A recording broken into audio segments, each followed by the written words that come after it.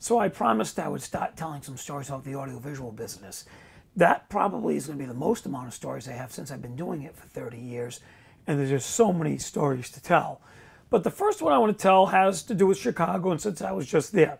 So I went to Chicago on a conference, maybe 7, 8 years ago, the McCormick Center, which is one of the largest convention centers in the world. I mean, it's 1 million square feet of convention space. To walk around there is unbelievable. At the end of the day, your feet and your legs are tired. Anyway, so we're at the McCormick Center, and we're setting up for an audiovisual show. Now, Chicago is a union town, and when we do an event, you know, I have limited staff, so we always will call the union anyway for extra people. And so in Chicago, we use the audiovisual union for the audiovisual projectionists when we have a conference to set up the equipment, operate the equipment. So we just send a limited crew to get the equipment there and deliver it. Anyway, we're setting up the equipment. I'm there. I'm just going on the computer, setting up a printer, and the printer wouldn't print, so I opened up the printer. When I opened it up, some toner spilled on the floor. It's like, oh shit, it's carpet. I didn't want anybody to see it. So against the wall, there was a vacuum cleaner. So I ran over and I got the vacuum cleaner, and I plugged it in, I started vacuuming, and all of a sudden I was surrounded by like 4 people. It was 4 people. You know, the electric union, the IATSE, the projectionist union, and they said to me, you can't touch that vacuum cleaner. You have to call decorators, housekeeping. They have to clean that up. So, you know, and it's true, that's their job, and I wasn't trying to take their job. I just didn't want anybody to see the mess I made, so I was trying to cover it up. But it's important to respect each union's responsibilities and what their roles are, and we do. You know, I have another funny union story.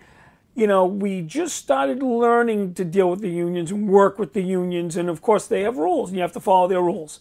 And they can be very, very helpful because they're professionals. So I'm not going to say where this was because, and it's not about the union, that's irrelevant, but it's kind of funny because it was me not knowing the rules and not understanding scheduling.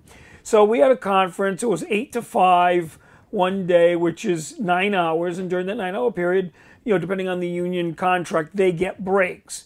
And if I don't sit down with the union steward ahead of time, which now I know now, to schedule those breaks, they're going to schedule the breaks whenever they want to. Okay, and I think they have to take a break within 5 hours anyway. So don't quote me on it. But what happened was we had hired 17 union people to work with us. There was only 3 of us and 17 union people. 12 o'clock came, and I couldn't find one of them. They all disappeared. They took their lunch. They had it coming to them. It was in their contract. But I had not known that I can sit down with the steward ahead of time and schedule staggered lunches, so that way only half would take lunch at one point and the other half. So that was my mistake. I learned quickly. We got lucky because the conference broke at 12 for lunch anyway.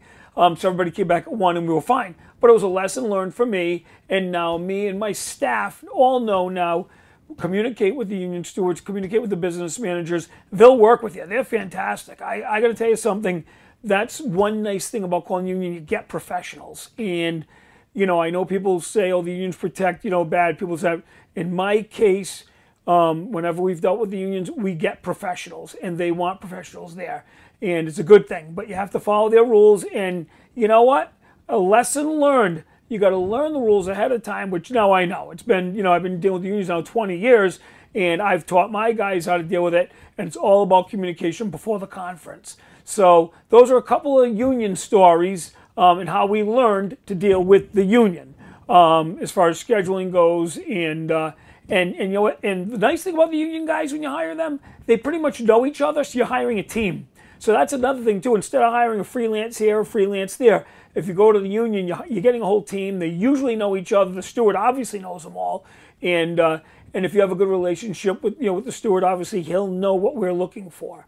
So just something to keep in mind.